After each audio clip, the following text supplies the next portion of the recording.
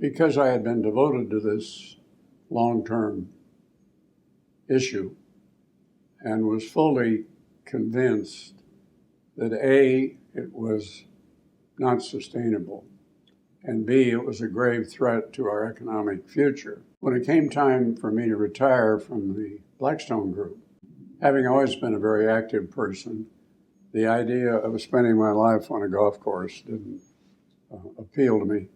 Besides, I'm an increasingly lousy golfer, so it doesn't give me nearly the satisfaction that it did then.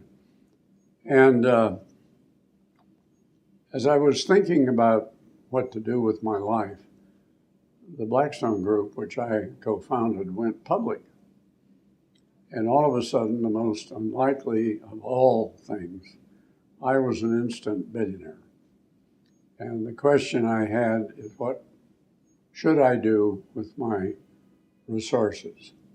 About that time, I read a story by Joe Heller and Kurt Vonnegut, the two novelists. And they were apparently visiting a house on the beach in the Hamptons. And it was a real palace. And the guy lived an extravagant life. And Vonnegut says to Heller, Joe, doesn't it bother you that this guy makes more in a day than you made selling Catch-22, your great book, all over the world?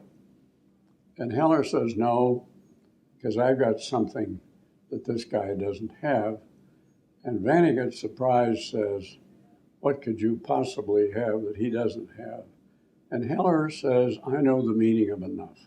So as I thought about it, as I thought of my obligation to this marvelous country and what it's done for me, as I thought about my deep concerns about the future of this country, I thought, why not set up a foundation? And it is devoted, in its early years at least, entirely to the long-term unsustainable factors in our situation.